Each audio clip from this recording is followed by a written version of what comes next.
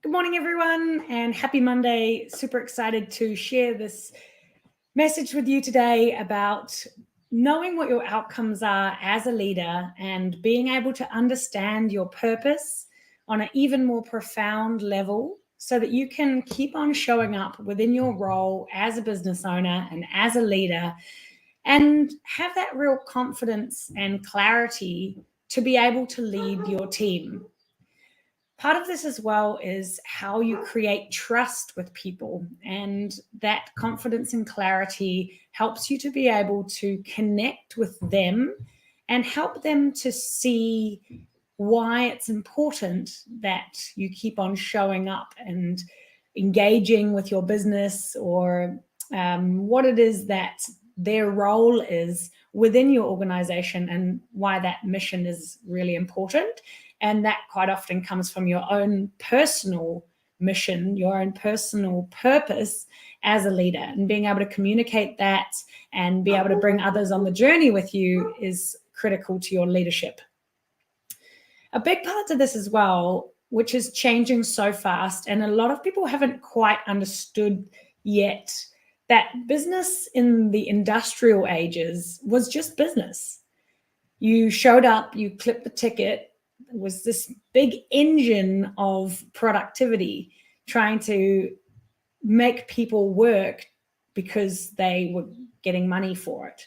And now, and particularly since COVID, people are looking for a lot more meaning in life, and businesses that are heart-centered, that lead with a really solid purpose, have so much more tenacity, so much more excitement, and so much more value when they are serving their customers, because they're there for a real purpose, not just to clip the ticket, but to really stand for something that their customers can connect to.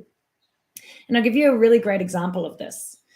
There was a person that went onto the building site of when they were building the Sistine Chapel. And the Sistine Chapel was so beautiful. I went there a couple of years ago, and what a work of art. And they obviously had a lot of people working on the Sistine Chapel, painting it and building it. And this man that was on the, excuse the dog barking in the background, this man who was asking the painters what their purpose was there, one of them said, "I'm just here to paint the Sistine Chapel." And he asked the other guy, "What's your purpose here? What are you doing on this site?" And the other guy said, "I'm here doing the work of God." So the difference between those two people is that they were really, their energy was really different in the way that they were showing up, because one was really committed to the purpose of it and the bigger overarching thinking, and the other one just wanted to clip the ticket, just wanted to do the job and go home. So that's an example of the distinction between somebody who shows up with that tenacity, with that emotional commitment, rather than somebody that couldn't care less. And what happens in organizations is when we have people that are just showing up and clipping the ticket, they'll quit without notice. They'll not take responsibility to go the extra mile. They're probably focusing on other things that are not their job, because their mind is occupied by how incontent they feel. So the difference between having a purpose-led person who's really engaging because they truly care, that's what makes and breaks a business, but it's also what makes and breaks a leader, because we need to have that reason to show up every day. And the reason why a lot of people don't know what their purpose is because they don't take the time to figure it out. Recently, I did my yoga training in Bali. I did my 200-hour certificate to become a teacher. And what I learned there was that was really adorable. I had this teacher, her name's Uning, really, really, really small.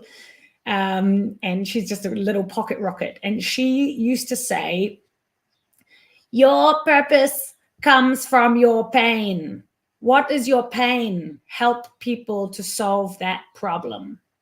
And it made it so easy for me to understand that our real true purpose is the gift that we give to others as a result of the experiences that we've had to lead through. I'm going to say that again because I feel it's quite important. It's the gift that we give others as a result of the experience that we've led through.